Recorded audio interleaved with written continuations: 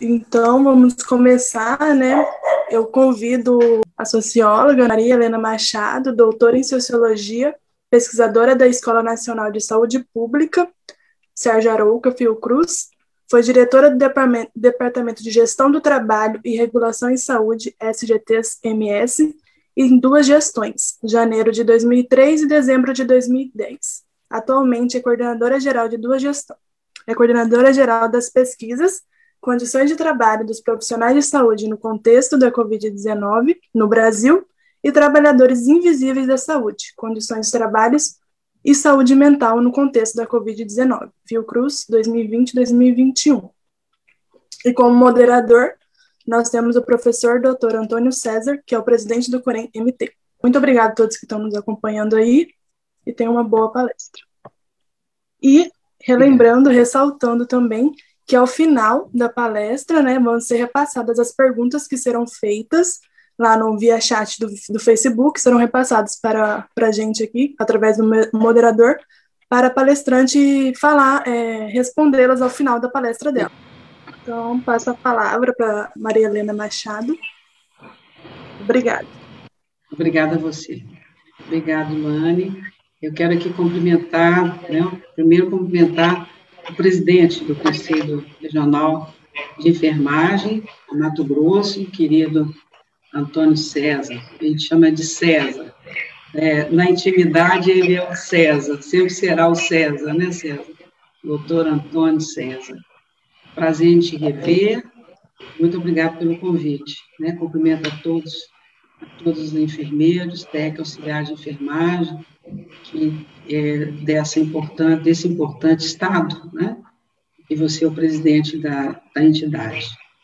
E todos que estão nos ouvindo, estão nos assistindo, essa oportunidade aqui de estar com você, falando um pouquinho sobre a enfermagem, sobre o trabalho que nós estamos fazendo, que inclui, obviamente, a enfermagem, Também você, que é uma pessoa estudiosa também da área, A área da gestão, do trabalho, da sociologia das profissões. É um prazer estar com você, César. Prazer é sempre nosso, Maria Helena, e gostaria já de antecipar os agradecimentos, por ter aceito o convite, como sempre, contribuindo com o nosso Estado. E um prazer enorme te ver de novo, mesmo que seja assim virtualmente, e tratar com você aqui e contribuir com os nossos colegas, para mostrar esse cenário dramático, que a pesquisa levantou, e eu acho que é uma pesquisa formidável, que retrata, assim, parece que está falando daqui, e é o cenário nacional, para a gente ter uma ideia, do alcance dos problemas, Nós não estamos sozinhos. O Brasil precisa rever seus trabalhadores da saúde, precisa rever seus trabalhadores de enfermagem. Nós estamos aí num contexto, mais uma vez, no Congresso Nacional, com um projeto de lei pedindo aí que os nossos agentes políticos olhem de forma diferenciada para essa profissão. Eu acho que a sua pesquisa vai contribuir muito para a nossa reflexão e para nos respaldar nos nossos argumentos, reivindicando aí condições melhores de trabalho para a enfermagem e para a saúde no geral, que são os trabalhadores especiais, que você já tratou como bem público, e nós nos reconhecemos assim, E um bem público deve ser bem cuidado, e é isso que a gente espera. Agradecendo, mais uma vez, e vamos ver o que você tem para nos dizer, Sim, tá bem, querido. Então, vamos. A ideia é de que eu faça uma pequena apresentação e depois a gente abre o debate com você, E depois, para que as pessoas possam... Tá, bom, eu vou começar fazendo uma apresentação. Essa apresentação, César, pode e deve ficar à sua disposição, e você faz o uso do jeito que você achar melhor, divulgar, do jeito que você bem quiser.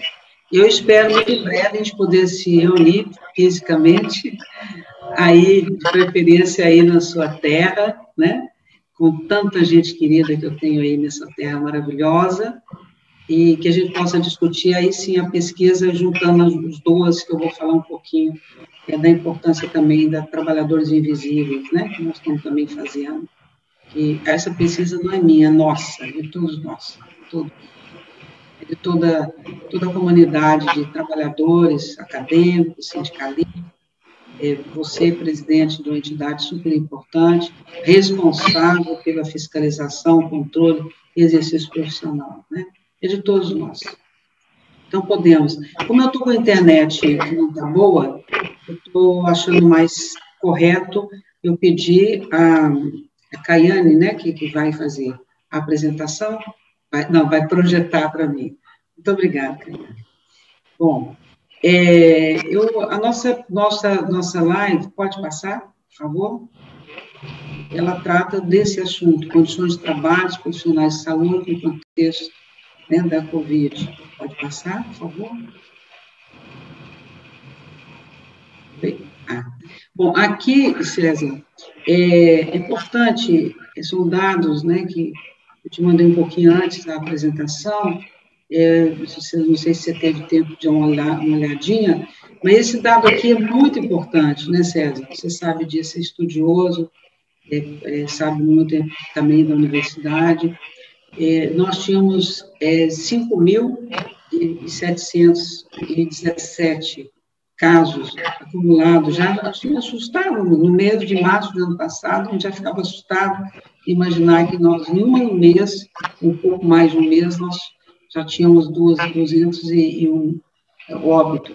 Mal sabia que nós íamos chegar, mesmo fazendo o relógio, no mesmo mês de março, com milhares de mortos, né?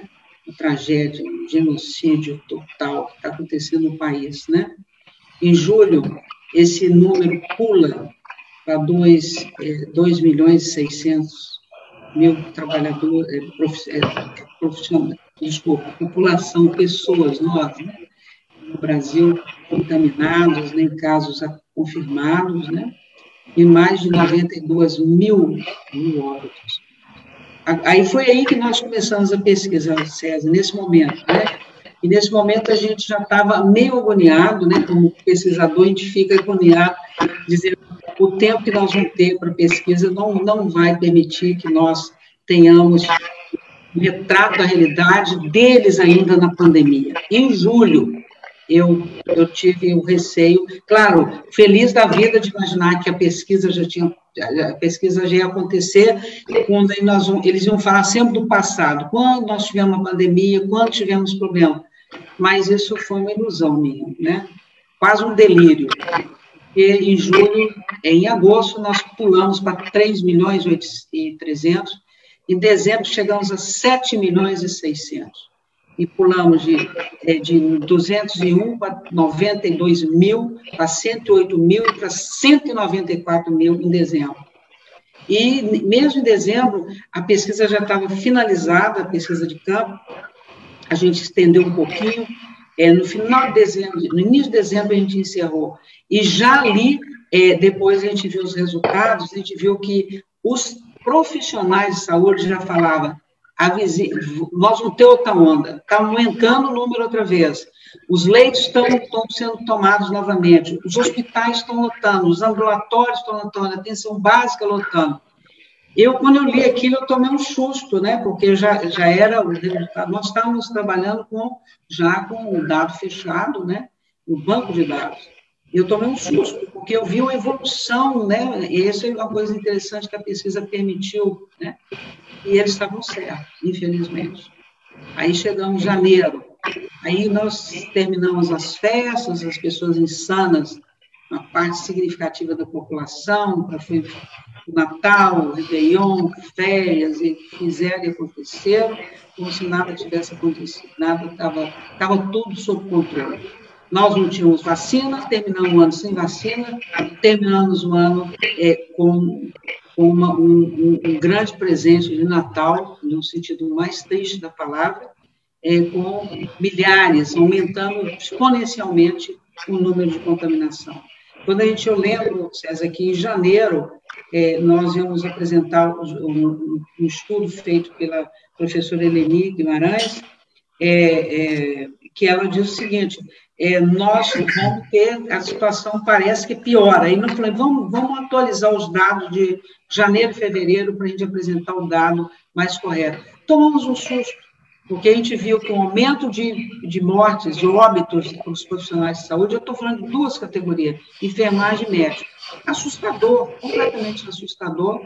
E a gente começou a perceber que, mais ou menos, morria 5 profissionais por dia no país, nos meses de janeiro e fevereiro. Isso é um fato.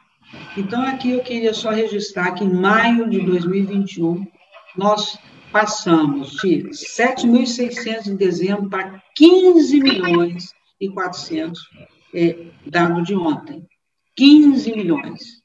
Nós dobramos a nossa capacidade de contaminação e de óbitos, ela dobrou em 4 meses.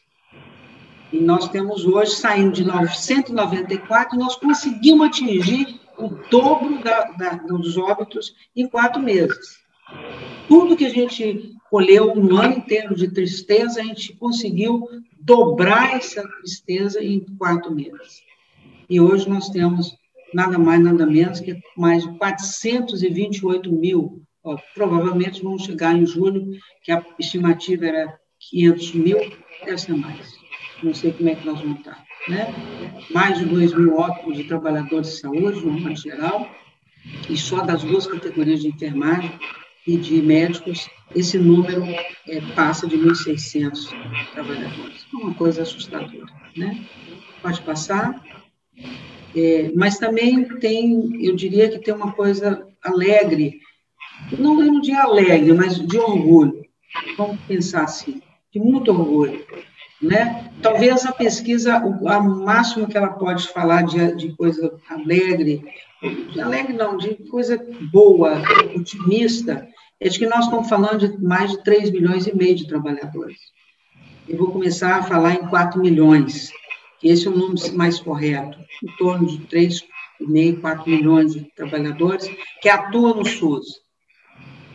No SUS, que tem mais de 200 mil estabelecimentos de saúde, 41% público e 58% privado, e mais de 436 mil leitos, seja de leitos clínicos e UTIs, né?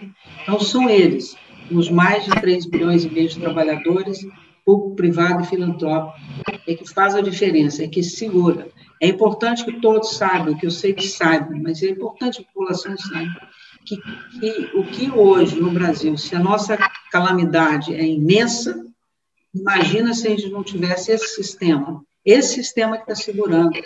E são esses trabalhadores com salários, eu vou usar uma expressão, chega a ser grosseira, mas é absolutamente verdadeira, miseráveis no sistema único de saúde e que estão segurando toda a pandemia no país. É isso aí. Não tem nada para a gente comemorar, né?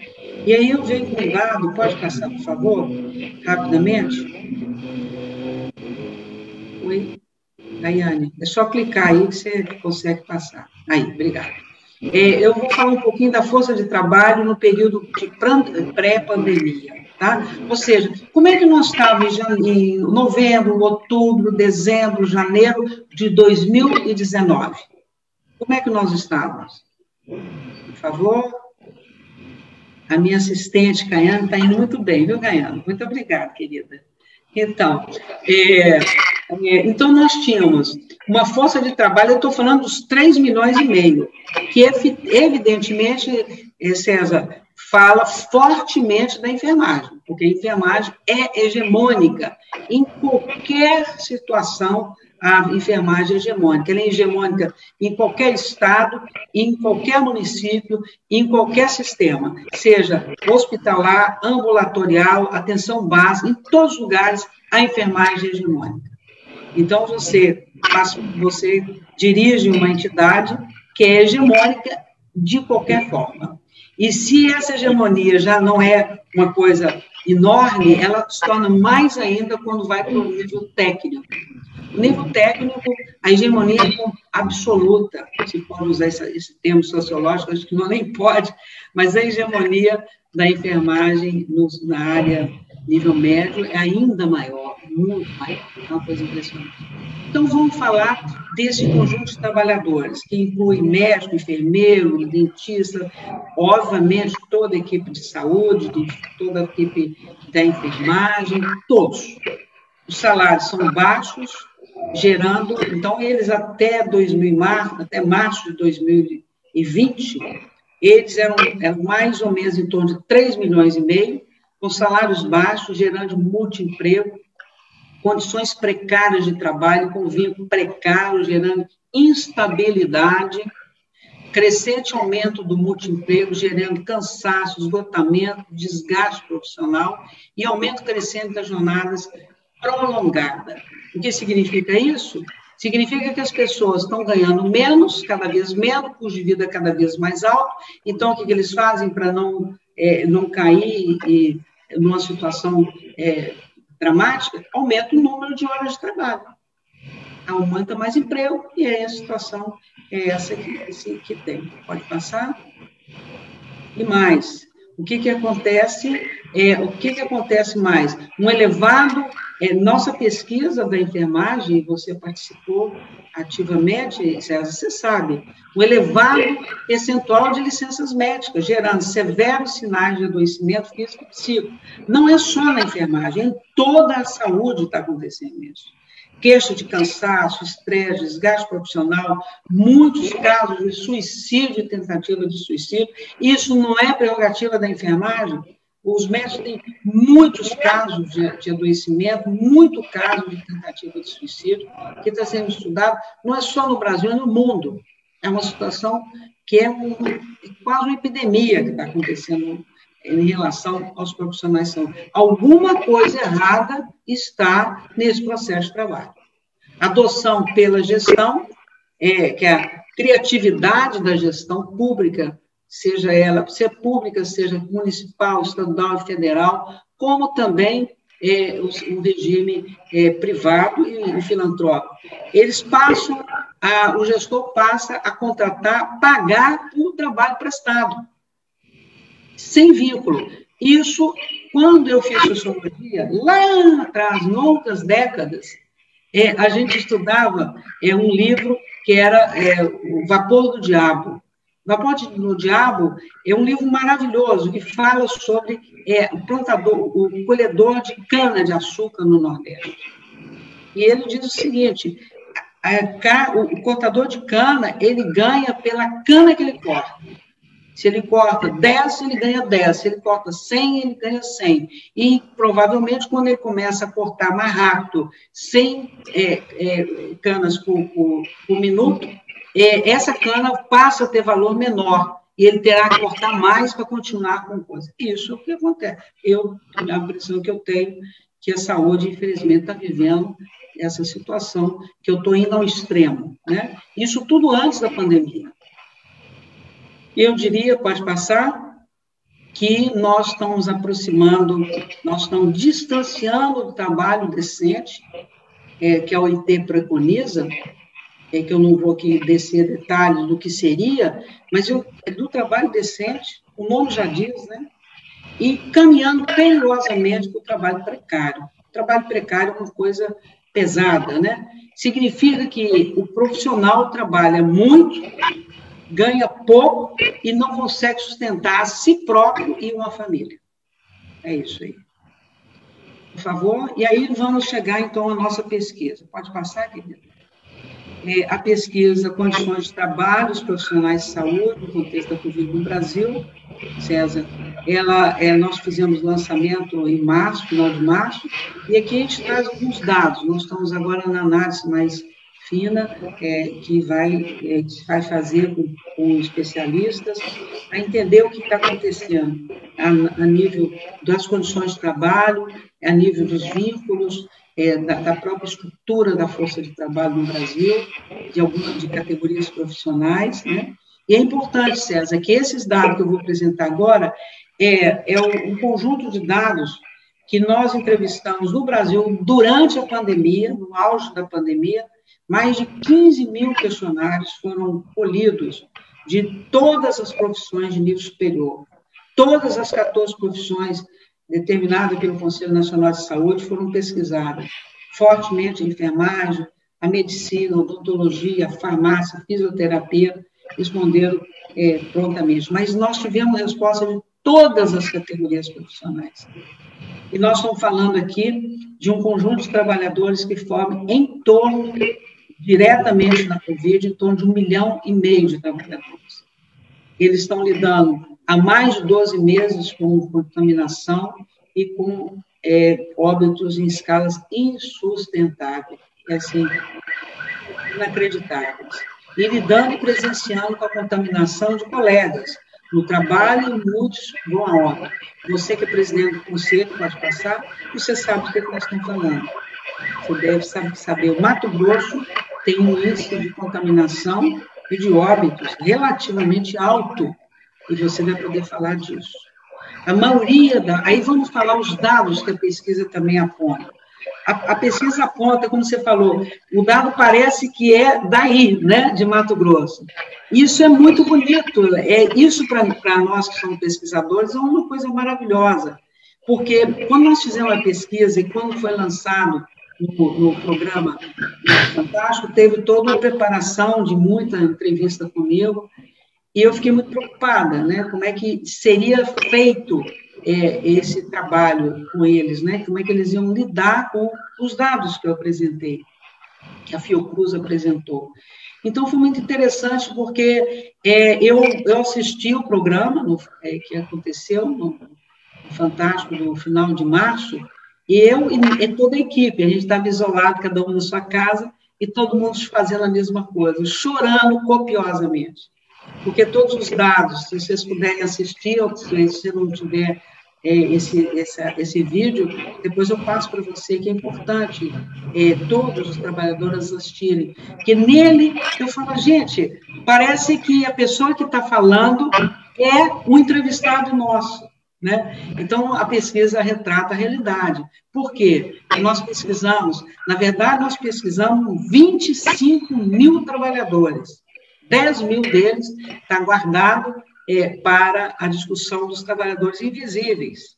E nós não pesquisamos trabalhadores invisíveis, depois eu falo isso rapidamente. Mas eu quero dizer que nós separamos os profissionais de nível superior, e a realidade é 15 mil profissionais em todo o país, em todas as regiões, em todos os estados, em todas as capitais, em mais de 2.200 municípios. Imagina isso. Nós tivemos município que eu nunca vi falar. Eu tenho uma relação aqui, uma coisa muito bonita.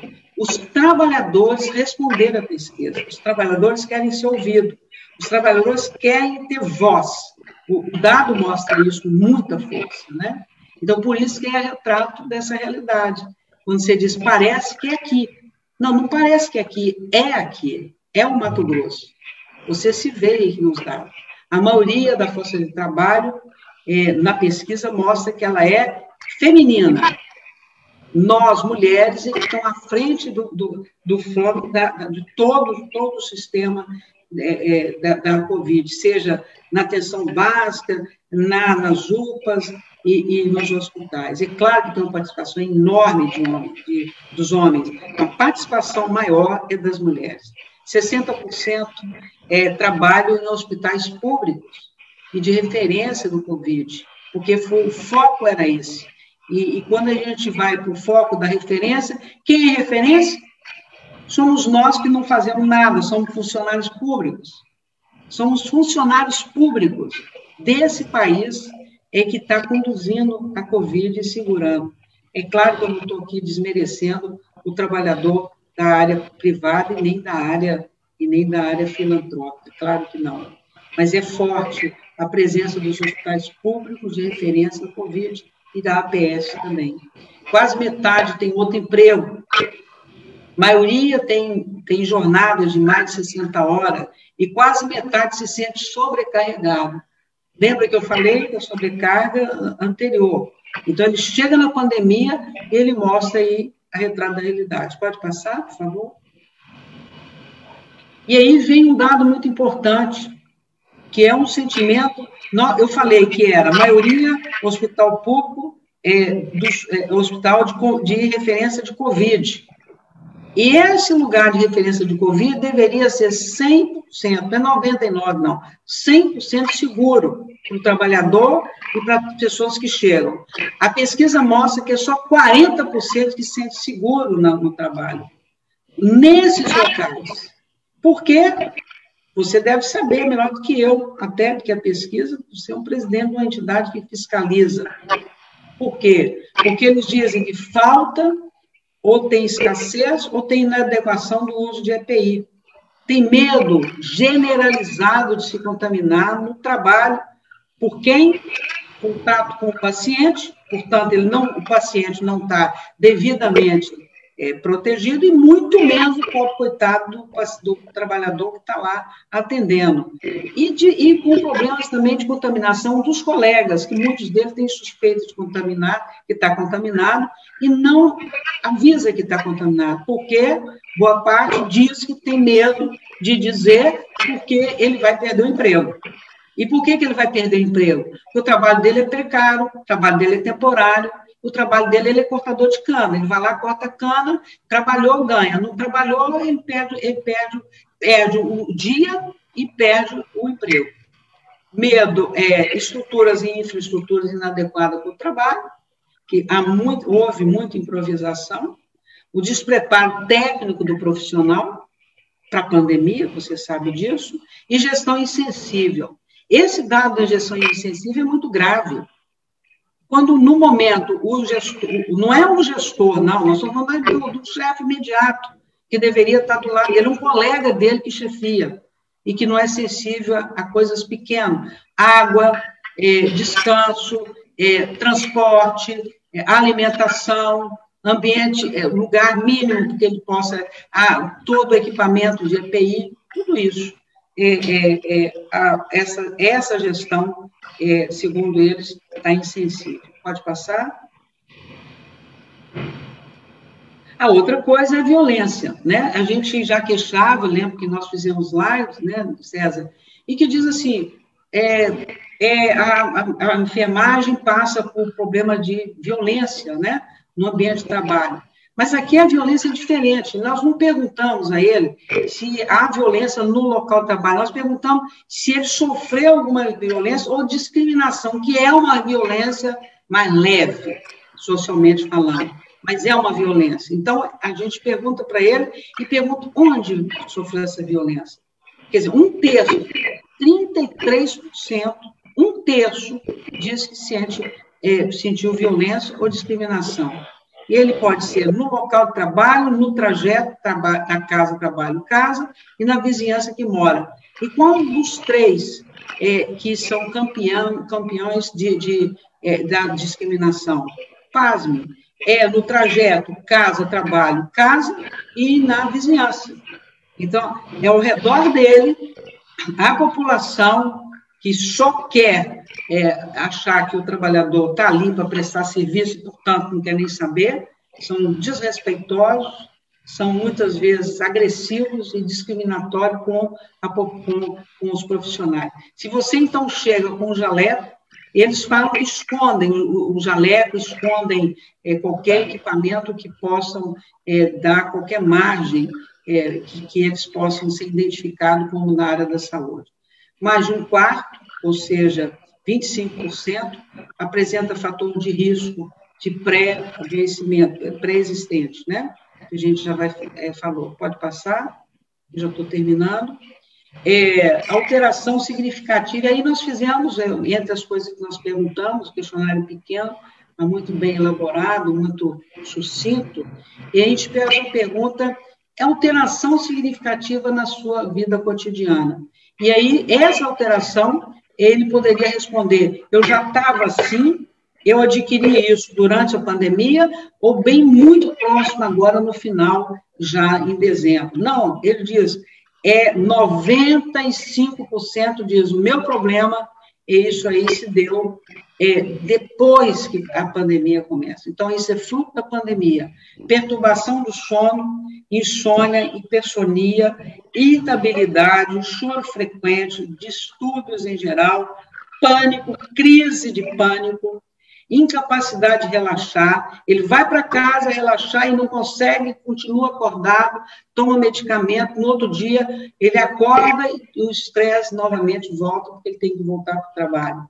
Perda de satisfação na carreira, perda de satisfação com a vida, tristeza, apatia, sensação negativa do futuro, pensamento negativo e pensamento suicida. Um quarto, ou seja, 25%, já foi contaminado pela Covid. Isso, o que ele diz que foi contaminado, porque a instituição, de modo geral, não oferece, e até hoje não oferece, o teste que deveria oferecer com frequência para o trabalhador. Apenas um quarto, apenas 25% sente mais valorizado pela população usuária. Então, essa conversa de que eles sentem que eles são heróis, se tem uma coisa que eu posso te garantir, de médico, enfermeiro, farmacêutico, dentista, nutricionista, serviço social, ninguém quer se considerar herói, não, e nem heroína. Eles querem ser respeitados pela população. E eles dizem aí que eles não acham que a população os valoriza. Pode passar? E o que muda na sua rotina? Muda tudo. Esse é um ponto que certamente os conselhos profissionais, os sindicatos e a própria academia vai ter que rever. Então, hoje, a mudança na rotina desses trabalhadores continua sendo, talvez pior agora, um trabalho extenuante. O que é esse trabalho extenuante? Significa que é um trabalho profundo, intenso. As 12 horas que ele fica ali num plantão, são 12 horas de trabalho intenso. Ele quase não tem horário de almoço, não tem horário para descansar, é trabalho pesado. Ele trabalha 2 ou 3 vezes mais, porque o volume de atendimento, obviamente, pela população que está se contaminando, é óbvio que o trabalho... Nós terminamos o ano com 7 milhões, lembra? E agora nós temos 15 milhões. Dobrou, literalmente, o trabalho desses profissionais. É isso que aconteceu. E mais, ele diz que quando é extenuante, o conceito de extenuante significa que ele trabalha mais intensamente no mesmo período de trabalho e trabalha com mais gente. Ou seja, ele trabalha com 1, 2 ou 3 profissionais. O subdimensionamento da força de trabalho do país é brutal, agressivo e que leva à doença. A biossegurança e contradições, há todo um discurso, há toda uma necessidade de dizer que a biossegurança tem que ser mantida. Máscara, óculos, luva, capote, o EPI todo que é necessário. Claro que é, mas não há esses EPIs na quantidade, no tamanho, na adequação para todos, o tempo todo. A gente sabe que não há. Né? Pode ser que nas capitais, nos grandes hospitais tem, mas se vocês andam um pouquinho mais fora do olhar da imprensa, o olhar mais crítico da população, a gente sabe que a coisa não funciona assim. Eles estão no limite da exaustão, eles têm medo de se contaminar de uma forma brutal, têm medo da morte. Você imagina um trabalhador da saúde, um profissional de saúde, médico, enfermeiro, farmacêutico, nutricionista, fisioterapeuta, com medo de morrer quando ele está atendendo alguém? Isso é inadmissível. Privação do convívio familiar, privação da liberdade de ir e vir e dos colegas, e a cidadania, o risco de ser confiscada. Nós estamos falando de perda de insalubridade, redução de jornada, redução de salário, nós estamos falando aqui de confisco das férias e tudo mais que eu não preciso aqui ficar repetindo. Bem? A última aqui é dizer, César, aproveitar, pode passar, por favor? Dizer que nós não estamos só satisfeitos com essa pesquisa mostrou essa realidade, nós vamos apresentar um relatório robusto, e falando muito mais do que eu estou falando aqui, mas, ao mesmo tempo que essa pesquisa que nós apresentamos em condições de trabalho dos profissionais de saúde no contexto da Covid, nós queremos e pedimos a você que nos ajude, e eu sei que você está ajudando, que divulgue a pesquisa que nós estamos chamando de trabalhadores invisíveis da saúde, que são os profissionais nível médio, nível técnico auxiliar. E aqui nós estamos incluindo todo mundo. Nós estamos incluindo todo mundo que é de nível médio. E não precisa você ser uma pessoa sensível, você sabe muito bem do que eu estou falando. Eles são invisíveis, muitas vezes para a equipe, são invisíveis para a sociedade, são invisíveis inclusive para os usuários. Eles vão lá, nem sabem quem é, não perguntam o nome, não interessa saber, muitas vezes nem cumprimentam. Então, nós estamos falando daquele que está na equipe de saúde, como técnico de enfermagem, auxiliar de enfermagem, de raio-x, de laboratório, como nós estamos falando também daquele que está na recepção, na limpeza, na segurança, os maqueiros, os motoristas de ambulância.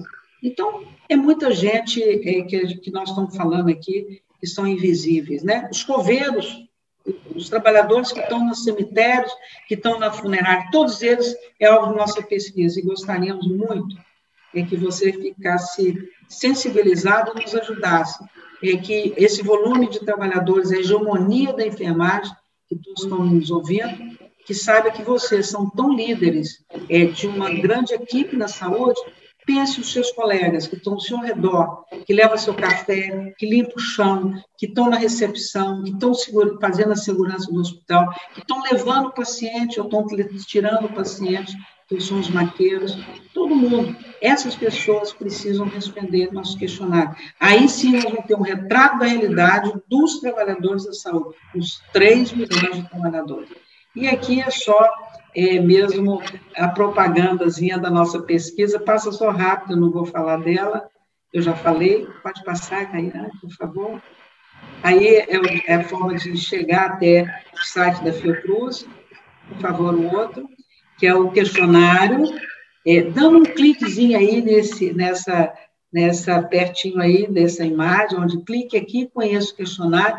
Basta você clicar aí, que você chega no questionário e nos ajude, por favor, a responder até dezembro. Até dezembro, não, desculpa. Até meio de junho, que é o tempo que nós vamos estar fechando o questionário. E aqui eu deixo para você, César, uma mensagem. Eu tomei a liberdade, ontem eu recebi a mensagem, pode passar, do Dia Internacional da Enfermagem, e essa mensagem aqui, usando, inclusive, a nossa pesquisa, é da nossa presidente da Fiocruz, né? Como é uma mensagem pública, eu resolvi trazer para cá. Pode passar? Então, é uma mensagem importante que a nossa presidente passa, e ela diz o seguinte: é preciso ter esperança, de Paulo Freire, é preciso ter esperança, mas ter esperança do verbo esperançar, porque tem gente que tem esperança do verbo esperar, e esperança do verbo esperar não é esperança, é espera.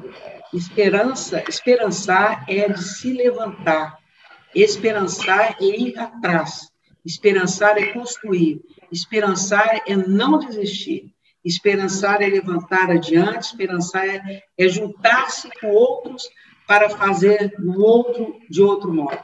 Nada mais atual do que Paulo Freire, né? Esse querido pensador brasileiro. É isso aí. Muito obrigada.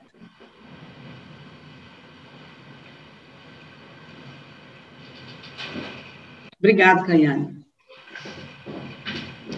Maria Helena, maravilhoso, hein? Maravilhoso o trabalho, né?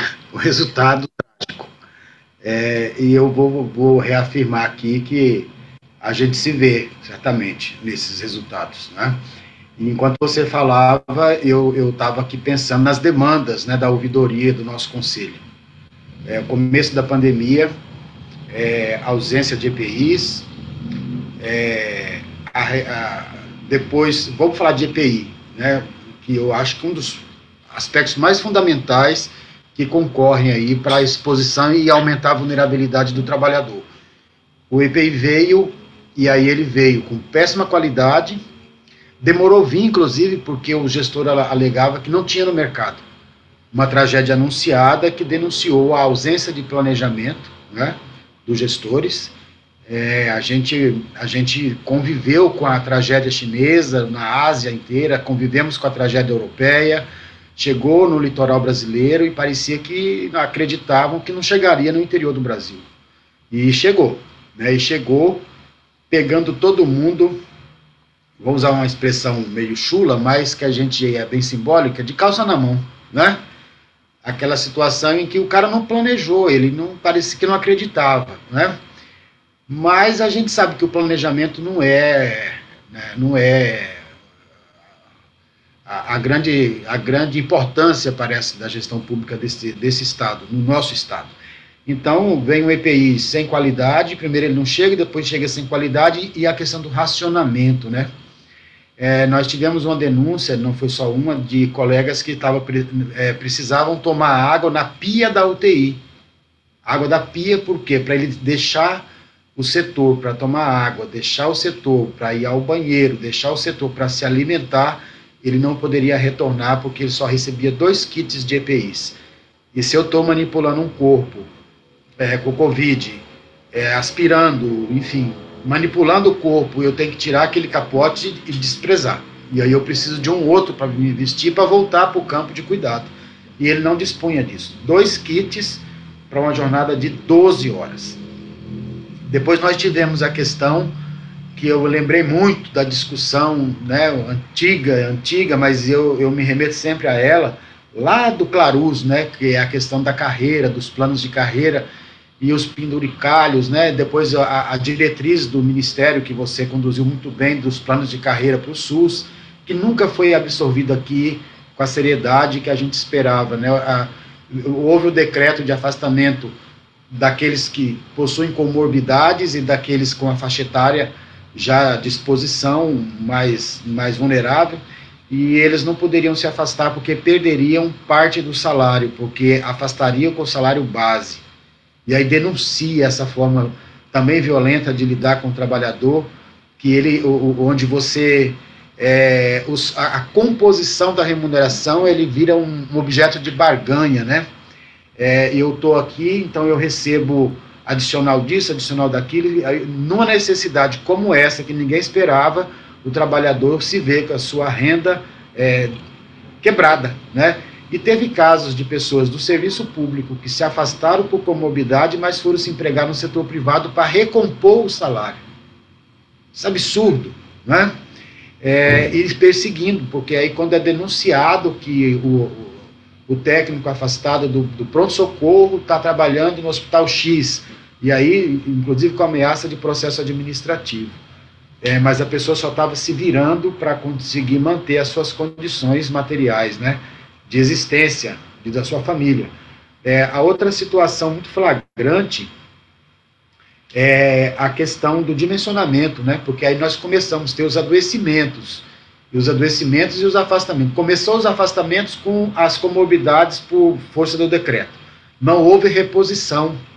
Aí começa o adoecimento e continua sem a reposição. Então, uma equipe já subdimensionada, ela passa a ficar ainda mais desfalcada, aumentando ainda mais a sobrecarga de trabalho e aumentando os adoecimentos, né? Você deve saber, Mato Grosso alcançou 53 óbitos entre trabalhadores de enfermagem. Desses 53, apenas 2 já eram aposentados. Então, a gente entende que pode ter havido infecção comunitária e não no trabalho. Mas 51, certamente, infecção no trabalho, porque são profissionais que ocupavam a linha de frente, né? Inclusive na atenção primária, na atenção básica, que demoraram a entender que a demanda da sociedade, ela é espontânea. Eu me sinto mal, eu procuro onde eu sou atendido. O que representa hoje ainda um pouco acesso para o usuário é a atenção básica, é a estratégia da saúde da família, as pessoas acreditam nela, então buscam lá primeiro. E não valorizar essa relação, né, de exposição também na atenção básica. E tivemos perdas na atenção básica, inclusive. Essa questão do multiemprego, do subemprego, né, vamos falar do subemprego, e para chegar no trabalho precário, a gente viu crescer muito, porque aí você precisou lançar mão de obra para ampliar as equipes, porque ampliar os leitos. Mato Grosso sempre vivia uma relação judicializada para acesso à terapia intensiva, sempre, porque não tinha leitos, e aí quando chega a pandemia começa a ter um boom de leitos, porque precisou, e aí você tem que começar a construir equipes. Aí qual é a equipe que é trazida? Recém-formados, sem qualificação, sem preparo prévio e com contratos precários. É aquele, você está aqui com um contrato de gavetas, no caso de adoecimento, sem nenhum direito. Nenhum direito. Então você não vai poder trabalhar, então você vai sair, você vai... É o cortador de cana, não é?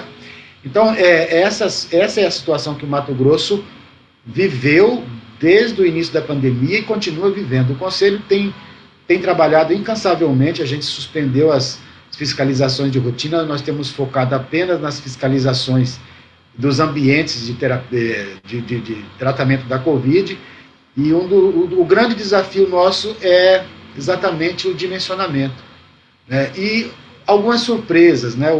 Como todo mundo sabe, o Conselho ele fiscaliza o exercício profissional, ou seja, ele tem o poder de polícia administrativa, vamos dizer assim, para ser, né, bem emblemático, sobre a ação profissional do trabalhador. O enfermeiro, o técnico, auxiliar credenciado pelo Conselho, a gente fiscaliza a ação dele. As instituições, resta para o Conselho, quando ela é notificada e não cumpre a notificação, acionar o Ministério Público. Nós acionamos o Ministério Público, quando começaram a chegar as respostas, nós já estávamos na 9ª ação civil pública, tanto o Ministério Público como o Ministério Público do Trabalho, e para minha surpresa, vieram muita negativa da parte do próprio Ministério Público por insuficiência de informação. Quer dizer, você vai, fiscaliza, tem um relatório, você notifica, mostra, evidencia o problema, mas o Ministério, aí ele questiona, se você quiser recolher, você recorre, mas esse processo vai ser arquivado. Tivemos várias negativas, e uma decepção muito grande, porque o Conselho, ele perde, então, a sua capacidade de atuar frente às organizações, né, e atuar com os profissionais. Nesse contexto, a gente cuidou do credenciamento daqueles formalmente, né, capacitados através das universidades, das escolas técnicas, mas o próprio exercício da enfermagem, eu não poderia intervir, por exemplo, diante do fato de uma enfermeira assumir o plantão de uma terapia intensiva sem que ela fosse especialista em terapia intensiva, né? E é flagrante também no Estado a ausência de oportunidades de qualificação para a formação dos especialistas, né? E você via colegas se aventurando por necessidade de trabalho. Mato Grosso, hoje eu falo que vive o desemprego estrutural para o nível superior da enfermagem, que não existe postos de trabalho para absorver a quantidade de profissionais que tem no mercado. Isso está relacionado com um boom de escolas, né, que aparece em Mato Grosso a partir da nossa LDB atual, mas que flexibilizou tudo, deu uma relaxada, né, nessa questão da constituição das instituições de ensino superior. Então, nós temos hoje para mais de 40 cursos de enfermagem no Estado. E nós temos um número muito grande de enfermeiros formados, sem emprego, e não tem possibilidade de absorção, porque não tem posto de trabalho para poder absorver. Com a pandemia, ampliou um pouco isso aí, e aí você vê a contratação de recém-formados, né, os mais jovens, recém-formados, sem nenhum preparo prévio, né, e dentro de condições absolutamente inadequadas e miráveis, né, jornadas extensas, sem condições de trabalho, sem preparo, quer dizer, uma grande aventura. Então, Mato Grosso, ele ocupou aí, por um tempo, o 3º lugar em óbitos de profissionais de enfermagem no país, e hoje nós ocupamos a 4ª posição, né? E isso é muito preocupante. E quando você pensa, Mato Grosso esteve, no primeiro momento, ele esteve em 4º lugar, atrás do Recife, do Pernambuco, Rio e São Paulo. Depois ele ocupa a 3ª posição, superando o Pernambuco. Agora, pensa na população do Pernambuco, só do Recife, comparando a população do estado de Mato Grosso.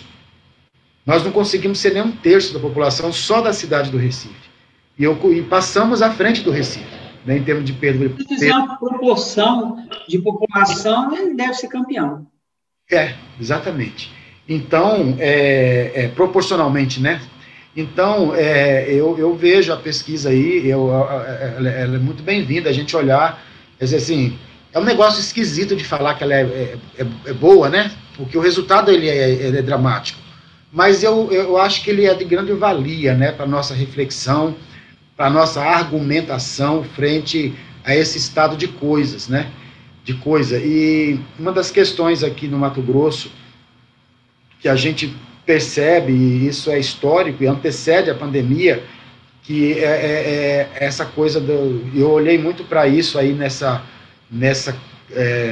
você trouxe aí do Paulo Freire, é a ausência da representação formal do trabalhador na linha de frente, no que diz respeito às reivindicações e à luta pela categoria. Nós temos um sindicato que não se ocupou e não tem se ocupado desse cenário dramático, né? Desse cenário dramático. Continua parecendo pré-pandemia, e nunca foi um sindicato atuante, digamos assim.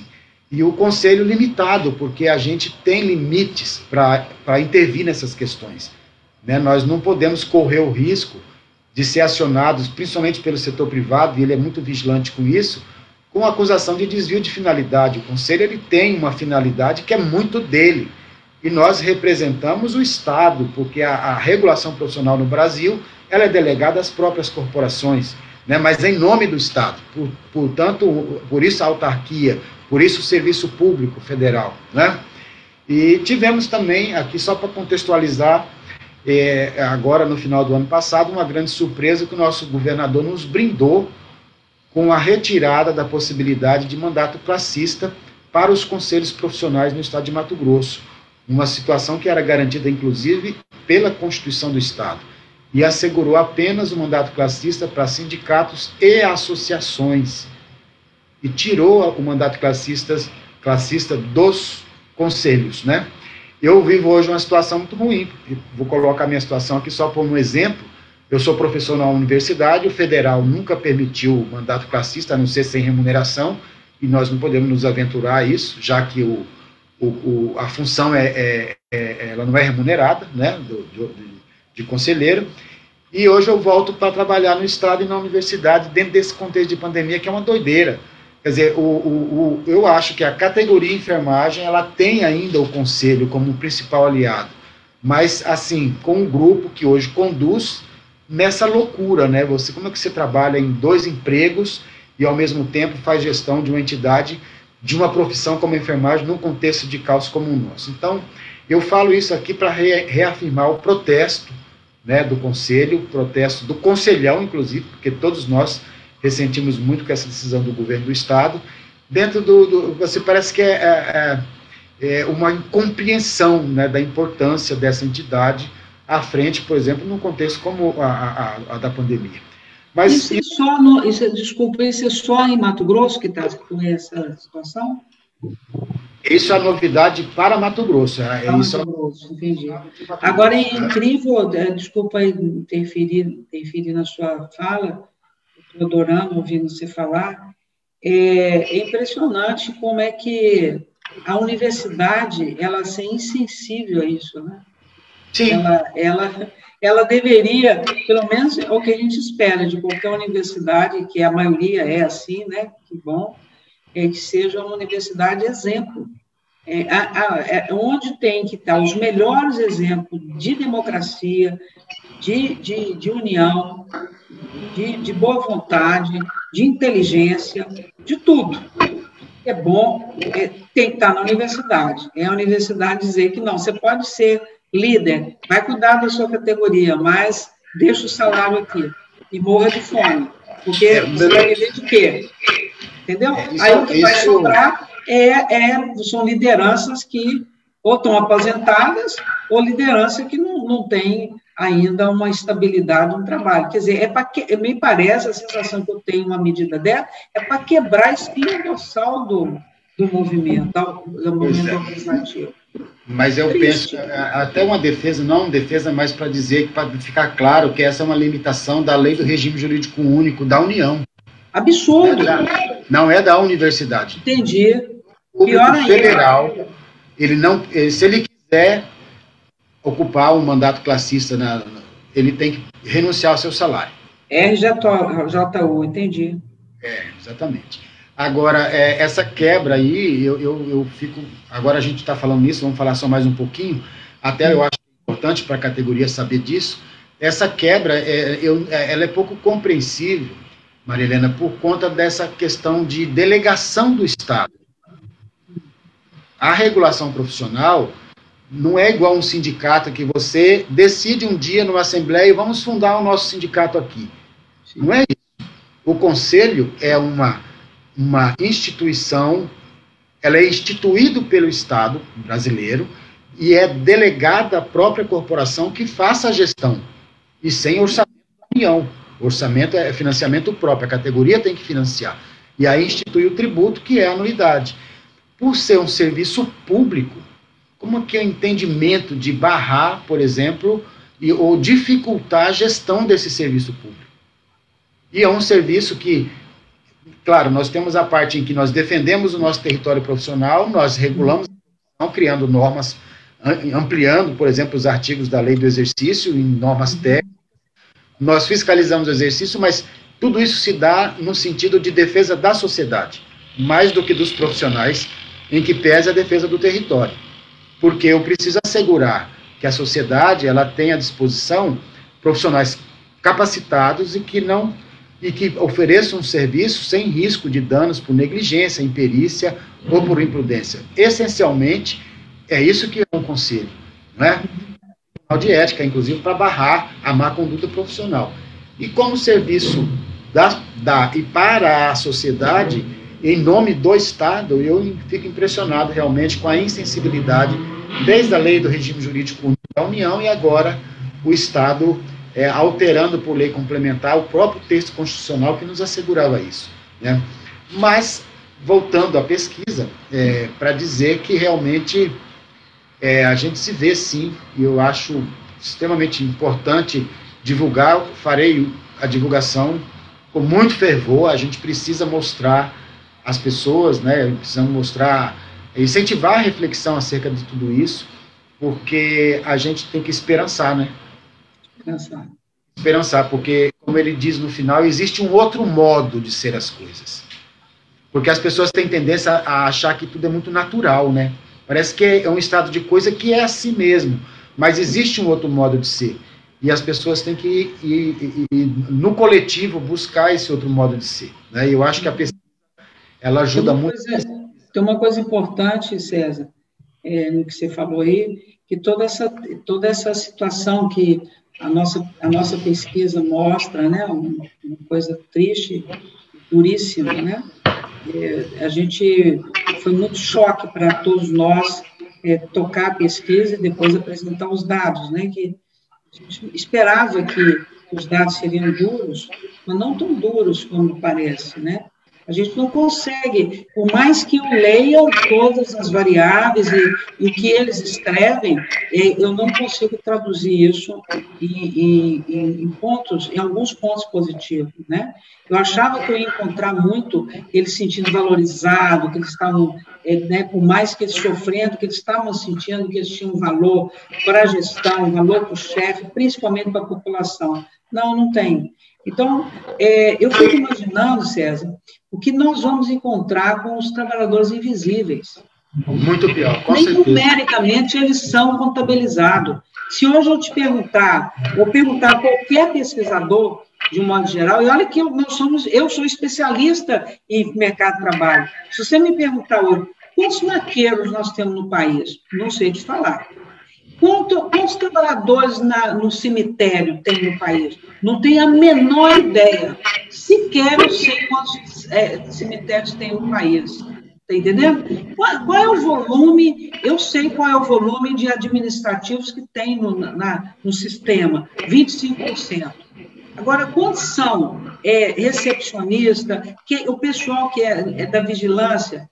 Quantos cuidam? Qual é o volume de profissionais que atuam na limpeza e na higiene de um hospital? Não tenho a menor ideia. E mais grave, o dado, por exemplo, a CONTEC, que é o Conselho Nacional de Técnico de Radiologia, eles falaram o número de contaminados e de óbitos entre radiologistas, técnicos e auxiliares é muito alto. Aonde está essa informação? Cadê essa informação sendo colocada para as pessoas? Quantos maqueiros já morreram nesse país? Quantos foram contaminados? Nós não temos informação sobre eles. Eu fico imaginando o que nós vamos encontrar nesses questionários. Quanta dor, quanto sofrimento e quanta preocupação, e quanta responsabilidade que todos nós, que somos pesquisadores, que somos dirigentes, somos gestores, somos líderes sindicais, a responsabilidade de um dado desse. Então, a pesquisa desse, como você disse, é uma pesquisa boa, ela é boa sim, porque ela é boa porque ela traz à luz uma coisa que estava submerso, né? que estava mergulhado no caos, e a gente está mostrando, dizendo, olha, precisamos cuidar deles. E dizer, César, de que nós precisamos levar a sério a ideia de que o trabalhador da saúde é um trabalhador essencial. O trabalhador da saúde tem que ser levado à categoria de bem público.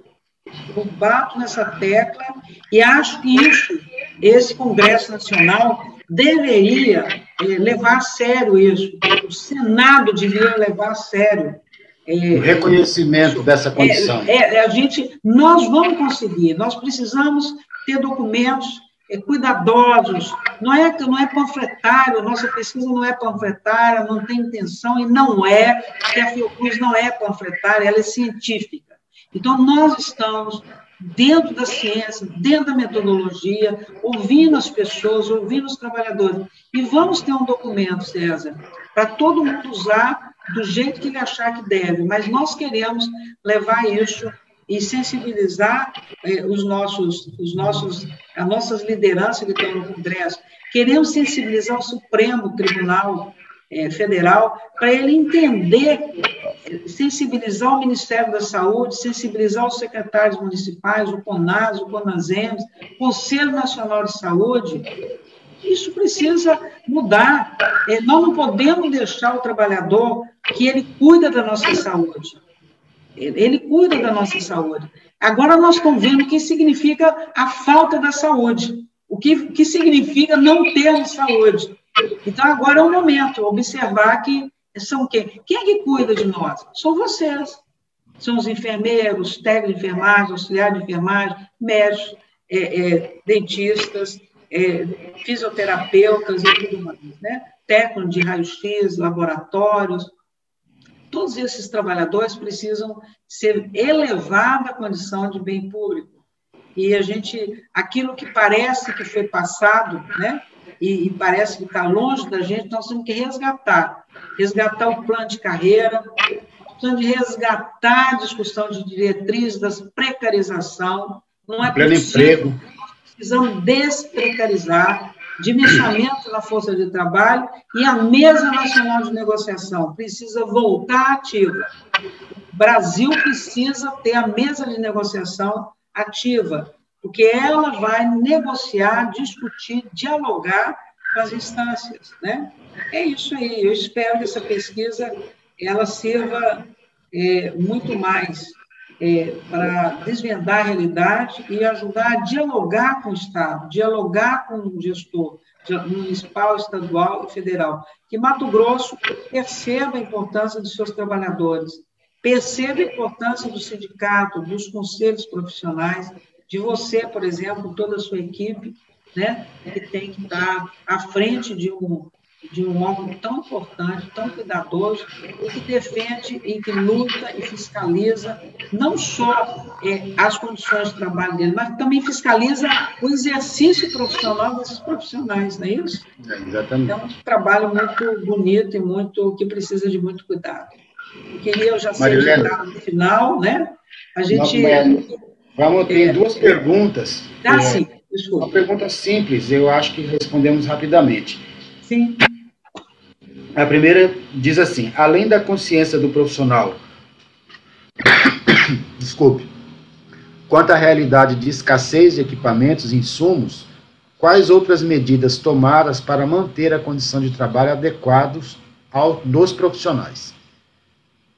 Eu estou entendendo, então, que ela pergunta, para além, né, de insumos e equipamentos de proteção, mais seria importante, né, para a manutenção do ambiente seguro do trabalhador?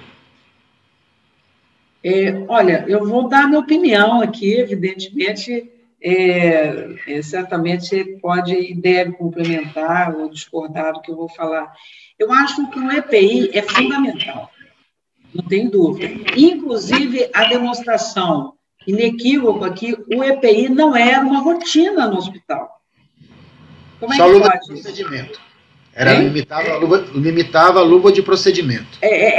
Ou para casos muito excepcionais, né? Então, quer dizer, o EPI deveria ser uma vestimenta de quando você entra no hospital e depois você deve ter esse pagamento na hora de sair. Então, o EPI é um kit que deveria ser o kit básico de atendimento, né? Mas eu diria que é muito mais que isso. E eu vou a coisa simples e objetiva. Por exemplo, como é possível você pensar uma pessoa que fica 12 horas no hospital? 12 horas. Ela tem, a estrutura dela, ela tem que ficar em pé, no máximo sentar numa cadeira, desconfortável, quando tem, né? Não tem lugar para todo mundo. Como é possível um hospital não ter ambientes, né? Ambientes saudáveis e de conforto para esses trabalhadores? Eu não estou falando para todo o contingente trabalhador do hospital, não. Eu estou falando daquele que fica no plantão. E nós estamos falando de um conjunto de trabalhadores. Não é possível. E aí as pessoas ficam falando, os médicos têm um lugar de descanso. Vá lá olhar o que é o lugar de descanso. Eu tenho um filho jovem que é médico, e ele, na época que ele fazia plantão, ainda bem no início da carreira dele, ele levava a malinha dele, uma bolsa, né? Ele colocava cobertor, travesseiro, roupa de cama, para ir para o plantão. Até que um dia eu perguntei, não estou te entendendo, por que você faz isso? Não, mãe, eu preciso fazer, porque o hospital não oferece. Então, ele até tem lá a cama, o colchão está lá, mas eu tenho que dormir no que tem lá. E passar frio quando eu fico dentro do lugar, porque é gelado o lugar. Então, assim, isso é inadmissível que a pessoa não tenha um ambiente decente. Mas quando você pensa, a enfermagem é uma calamidade. Então, é possível pensar em ambiente saudável, condições de trabalho, sem um ambiente de descanso? Como é possível? Então, ambiente de trabalho saudável e de boa qualidade com infraestrutura. Como é possível você pensar as condições de trabalho sem uma alimentação saudável e oferecida pelo serviço? É possível você imaginar que esse trabalhador, em plena pandemia, ele tem que se virar para pegar e sair do hospital e ir para casa. Eles vão pegar ônibus, vão pegar metrô, vão pegar trens, vão pegar qualquer coisa. Uma parte significativa deles, eles pegam Uber. Gasta todo o dinheiro deles cansando de Uber para não se contaminar e não contaminar as pessoas. Então, transporte, alimentação, lugar saudável, educação continuada e constante para esses trabalhadores, lugar que ele possa ler, internet, isso faz parte das condições de trabalho. Não tem. Ele não pode, e além de tudo, ele não tem tempo, porque o tempo dele de trabalho é de trabalho. Ele sair dali para descansar meia hora, ou ter 1 hora ou 2 horas por semana para ele se qualificar, é vagabundagem nesse país. Como é possível isso? As 40 horas que ele tem, umas 30 horas que ele tem, umas 20 horas que ele tem que ser completa de trabalho? Não deve ser assim. Então, é preciso pensar que a jornada de trabalho dele tem que estar assegurado a educação permanente desse profissional. Ele, para falar que tem condições de trabalho decente, ele tem que dizer, eu me sinto segura no que eu faço. Eu tenho horário de descanso, eu tenho uma boa alimentação e tenho salário digno. Não é possível que os trabalhadores, aí eu vou ter que puxar a sardinha para a enfermagem. Não é possível que, porque vocês são 2 milhões de trabalhadores, vocês nunca vão poder ter um piso salarial? nunca vão poder ter salários dignos? Que coisa louca é essa? Nunca vão poder ter 30 horas, né? Não é possível. Quer dizer que são penalizados porque é a maioria do país. E porque são essenciais também. A penalidade também por ser essencial e a maioria. Se você é maioria, é por alguma razão.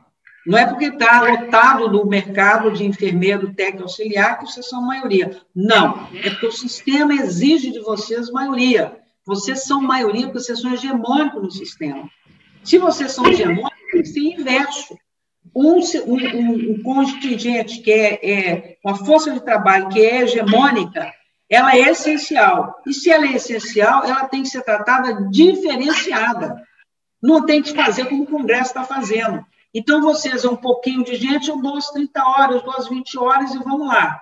Tem várias categorias dentro da saúde que já tem. Por que tem? Será que por que tem? Eu te falo por quê.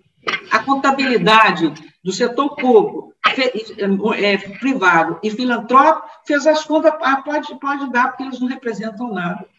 A enfermagem não consegue, a conta é essa, que qualquer quantia que aumente o salário de um profissional da enfermagem multiplica por 2 milhões de trabalhadores. É essa a questão.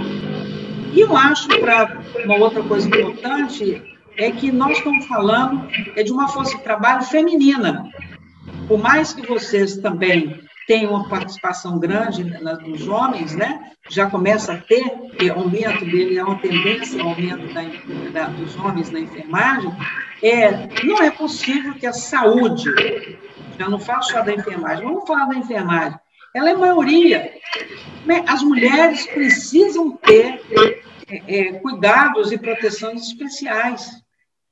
Elas precisam ter, porque elas carregam a questão da maternidade. A procriação da humanidade, é da mulher. Então, a mulher precisa, ela tem que trabalhar? Tem, mas ela precisa ter condições melhores de trabalho. Então, respondendo, eu diria que condições de trabalho tem que incluir tudo. E um outro ponto que eu não queria deixar de falar, César, é o que vem por aí, o pós-pandemia. Avizinha-se um problema de ordem gravíssima na área da saúde mental. Você tem alguma dúvida disso? O que vai acontecer? Então, aí, a legislação precisa ser mudada. O que vai acontecer? O que se espera? O que os trabalhadores estão esperando? O que eles precisam ter de adicional? Não é salarial, não, é mais que isso. Adicional de proteção, de até atendimento psiquiátrico, atendimento psicológico, atendimento de saúde mental. A saúde mental, hoje, na pandemia, se tornou um ponto absolutamente essencial. E aqueles que ficaram contaminados? Porque a contaminação, ela não é só física. Outro dia eu estava numa live com um jurista importante e nós estávamos falando sobre isso. Que história é essa que a contaminação, nós vamos falar só do acidente de trabalho físico, onde ele adoeceu e se contaminou e muitas vezes foi a óbito, ou teve sequela, e aqueles que teve sequela mental e que não são poucos? Como é que nós vamos tratar isso? Então, é muita coisa, viu, César, que eu diria que é muito trabalho para vocês, são lideranças aí da enfermagem, né? Mas é um trabalho gratificante, porque ter outras pessoas líderes no país é muito importante, porque são pessoas lúcidas, inteligentes, capazes, compromissadas com esses 3,5 milhões de trabalhadores. E eu aqui, na minha parte da academia, o que eu posso fazer é contribuir com estudos e com reflexão. Ao final, nós vamos juntar todos, né? Juristas, especialistas em saúde mental, especialista em ergonomia, especialista em mercado de trabalho, em legislação, né? Todos nós vamos pensar o que é melhor. Essa pesquisa tem que trazer uma reflexão e produtos que possam reverter em formulação de políticas públicas e legislação de melhoria das condições de vida, de trabalho e de proteção a esses trabalhadores. Vocês são essenciais ao sistema. Vocês sabem disso, né? Então, aqui, fazendo um pouco de propaganda. que o piso salarial da enfermagem seja concedido, né? Que seja aprovado, né? Que a jornada de trabalho seja reduzida, não para ele arrumar outro trabalho, mas para ele ter mais folga, mais descanso. Trabalhar 40 horas, 44 horas por semana, de uma forma extenuante, isso não é possível continuar desse jeito. E você estabeleceu uma jornada de 30, mas sem fixar um piso, vai haver o achatamento salarial como reação, né? Então, a gente precisa realmente que o piso seja estabelecido e que a jornada seja reduzida. Sim, e quando eu falo em piso salarial, eu sei que tem que fazer uma conta. A cada 3 redução, eu tenho que gerar um novo emprego, né? Exatamente. É natural que é isso.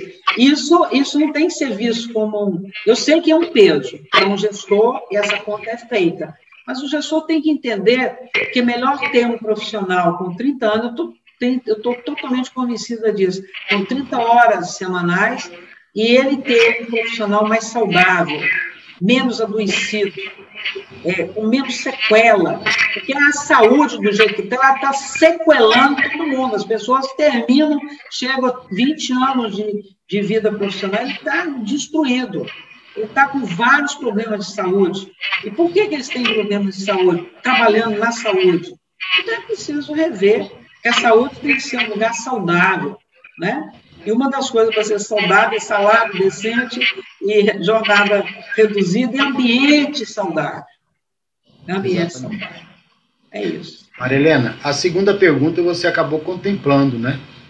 Então tá bem. Mas aí só teria um aspecto que, na verdade, ainda existe ausência, porque ela aborda sobre a questão de educação continuada, né? Os novos protocolos para a Covid, enfim, nós não temos isso, não temos tido, mas você acabou respondendo já a pergunta dentro da primeira, né? A questão da educação permanente, a educação continuada, contínua, eu creio que é o seguinte, eu sempre falo o seguinte, trabalhador, agora não tem que voltar a falar isso, trabalhador sem atualização constante, permanente, é um trabalhador de risco. Na saúde, é um trabalhador de risco. Porque a saúde, ela é tão dinâmica, o problema da saúde, o dinamismo da ciência e de tantas coisas adversas que acontecem, a pandemia veio para mostrar isso, né? Como é importante a educação permanente, como que a pesquisa mostrou o sofrimento desses trabalhadores que estão na pandemia sem saber o que estão fazendo, uma parte deles, você acabou de dizer aí. Eles falam, até que eu notei aqui, as pessoas, um volume, estou falando que é a maioria, que foi trabalhar, que foi pela primeira vez trabalhar na pandemia, é um primeiro emprego, é o segundo ou terceiro emprego para aumento da renda, ou a supressão do desemprego. É um desses 3 casos. A pesquisa mostra isso com clareza. Então, essas pessoas, uma parte delas, inclusive os que estavam trabalhando, sabem que os que estão chegando para o trabalho não têm a qualificação adequada para estar fazendo o trabalho. Isso vai ser para ele um mal-estar, e isso vai carregar problemas severos psíquicos dele, porque como é que pode você estar atuando num lugar que você não sabe bem o que está fazendo? Porque você não está preparado. Atuar na saúde não é para amador. Atuar na saúde não é coisa que você improvisa. O tempo da improvisação ficou lá na Idade Média. A saúde é da ciência. Profissionais de saúde são profissionais da ciência. E não tem conversa. Não interessa qual é o nível dele de qualificação. Seja qual for o nível de qualificação dele, ele é um trabalhador da ciência, a serviço da ciência. A improvisação ficou lá na Idade Média. Isso nós temos que voltar a falar, César. Não é possível. Não tem lugar para improvisação. Coloca-se no lugar de qualquer pessoa lá da saúde, que trabalha no hospital. Tem algum lugar que ele pode improvisar? Nenhum. Do recepcionista ao vigilante, aquele que cuida da faxina, que cuida da alimentação, até o enfermeiro, o técnico, o médico, o cirurgião. Quem é que pode improvisar aí? Me diga quem é que pode improvisar. Ninguém. Cada necessidade apresentada tem uma resposta específica para a necessidade, né? Sim, e tudo colocado na ciência, na técnica. Exatamente. Não é? Então, vamos pensar que educação permanente, educação contínua, ela tem que ser um pré-requisito das condições de trabalho. Não tem nenhuma dúvida disso. Nós temos que voltar, César, a tudo que a gente estudou, que a gente leu há muitos anos atrás e que achávamos que tínhamos superado isso já, né? Mas não. É atual, infelizmente é atual. Mas é como diz, a luta continua e a vida continua, e a gente está aqui para isso, né? Para ajudar, para preparar, para ver o que pode fazer para melhorar a situação. Muito bem. Bom, Maria Helena, então eu vou agradecer novamente a sua participação, né? Muito obrigada. Fala. E vou devolver a palavra agora para a Luane, né, que é a nossa monitora aí, para a gente, finalmente, a gente acabou excedendo um pouquinho o tempo, mas acho que valeu a pena e foi bacana. Um abraço, saudades. Também, querido, um abraço, saudades, que você tenha uma ótima semana aí, né, da enfermagem, né? Parabéns pelo seu trabalho, parabéns a toda a enfermagem de Mato Grosso, querido. Muito obrigada.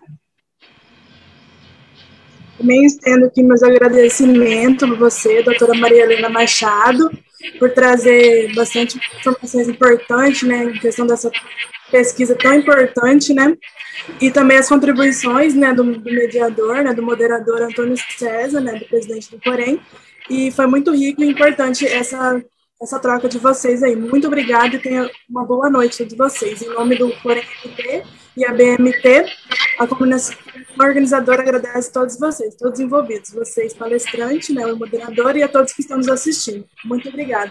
Todos tenham uma boa noite. Um beijo.